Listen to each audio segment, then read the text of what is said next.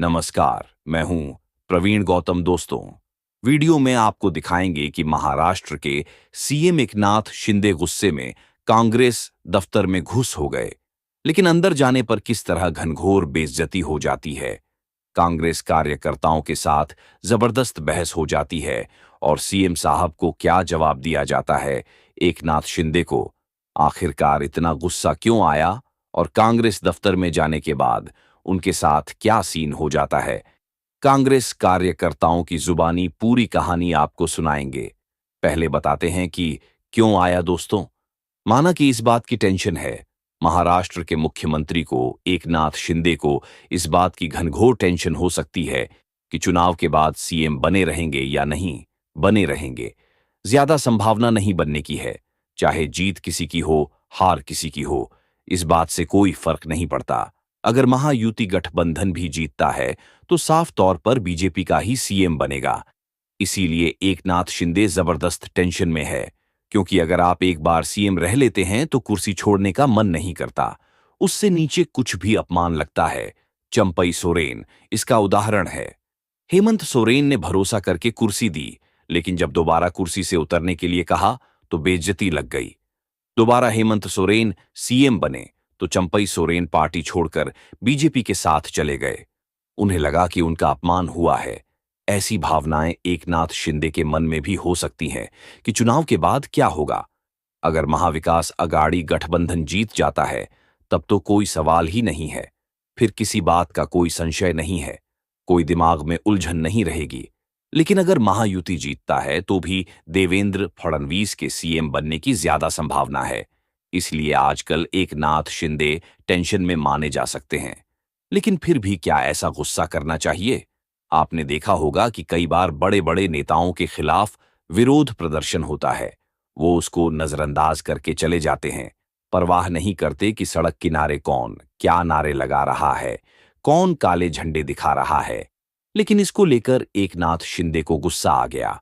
वह महाराष्ट्र की चांदीवली विधानसभा से गुजर रहे थे और कांग्रेस के उम्मीदवार के दफ्तर के सामने एक व्यक्ति ने, संतोष नाम के एक व्यक्ति ने नारे लगा दिए।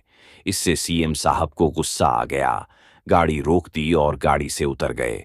उसके बाद क्या कहानी होती है, दैनिक भास्कर की खबर देखिए। उसके बाद कांग्रेस दफ्तर में क्या हुआ, वह सीन भी आपको दिखाएंगे कि कांग्रेस कार्यकर्ताओं ने क्या बताया, कि सीएम साहब ने अंदर जाने के बाद किस तरह का व्यवहार किया और क्यों बहस हो गई। दोस्तों, दैनिक भास्कर की खबर देखिए। शिंदे को युवक ने दफ्तर के बाहर गद्दार कहा, काला झंडा दिखाया। सीएम गुस्से में दफ्तर में घुसे, कहा, आप ऐसा सिखाते हैं। पूरी कहानी यह है कि महाराष्ट्र के सीएम एकनाथ शिंदे का एक वीडियो सोशल मीडिया पर वायरल है। इसमें वह गुस्से में नजर आ रहे हैं और कांग्रेस उम्मीदवार के चुनाव कार्यालय में जाते दिखाई दे रहे हैं। इस दौरान वह कहते हैं, ऐसा सिखाते हैं। क्या आप लोग इसमें पीटीआई की रिपोर्ट का हवाला दिया गया है कि 11 नवंबर की देर रात शिंदे अपने काफिले के साथ साकी नाका इलाके से गुजर रहे थे। इसी दौरान संतोष काट के नाम के युवक ने शिंदे को काला झंडा दिखाया और उन्हें गद्दार कहा। साथ ही उनके काफिले को रोकने की कोशिश की। यह पूरी घटना कांग्रेस उम्मीदवार और पूर्व मंत्री नसीम खान के चुनावी कार्यालय के बाहर हुई, जिसका किसी ने वीडियो बना लिया। एक अधिकारी ने बताया कि संतोष कटके को सुरक्षा कर्मियों ने हिरासत में लेकर पुलिस को सौंपा था। हालांकि उसे बाद में जाने दिया गया। उसके बाद संतोष कटके अपने पिता के साथ उद्धव ठाकरे के घर मातोश्री पहुंचे। यहां दोनों का उद्धव ठाकरे ने स्वागत किया। दोनों ने शिवसेना की सदस्यता ली। संतोष ने मीडिया को बताया कि एकनाथ शिंदे को देखते ही उसका गुस्सा फूट पड़ा था और उसने गुस्से में ऐसा बोल दिया। दोस्तों, ये पूरी कहानी है जिसका वीडियो आप देख सकते हैं। एकनाथ शिंदे की गाड़ी गुजर रही है और उसके बाद क्या सीन होता है।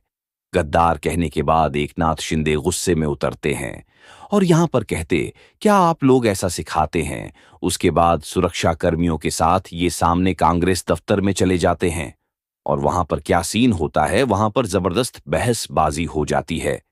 इसको लेकर प्रियंका चतुर्वेदी ने एक वीडियो शेयर किया है।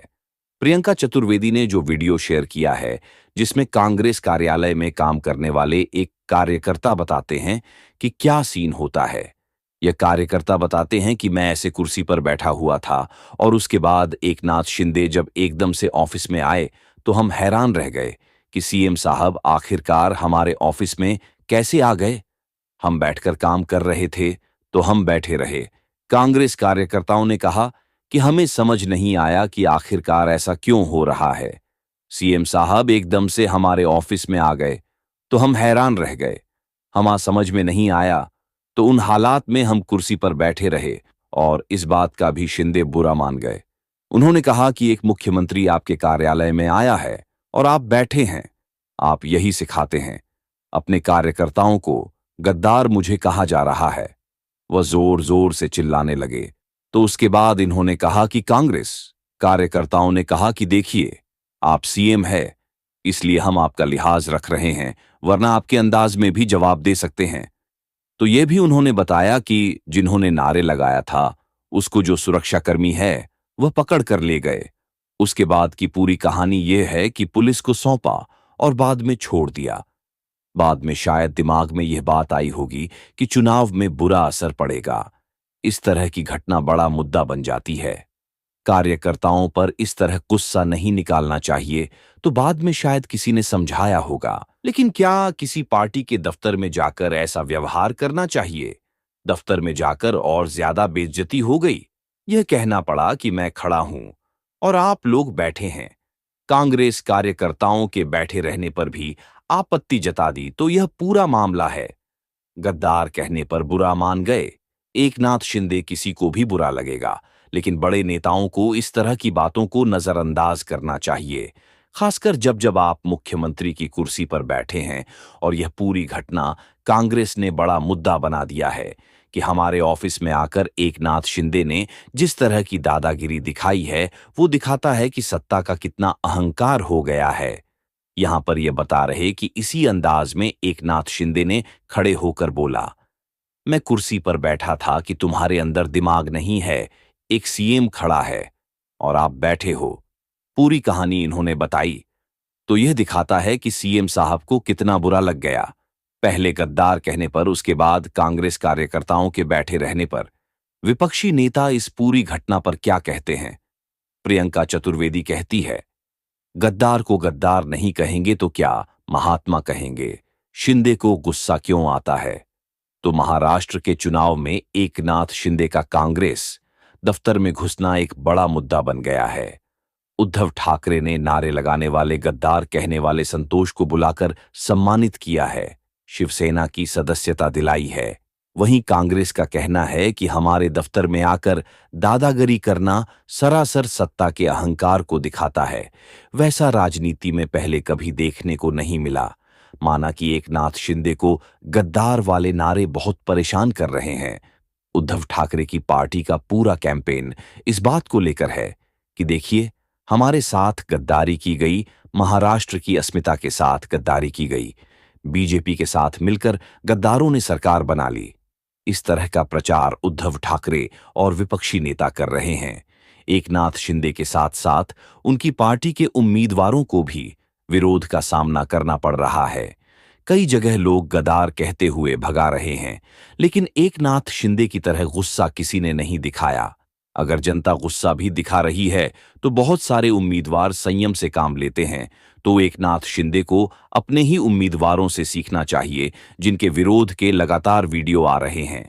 लेकिन जनता से बहसबाजी की बजाय अगर जनता गुस्सा दिखाती है तो उम्मीदवार हाथ जोड़कर आगे बढ़ जाते हैं, क्योंकि चुनाव का समय है।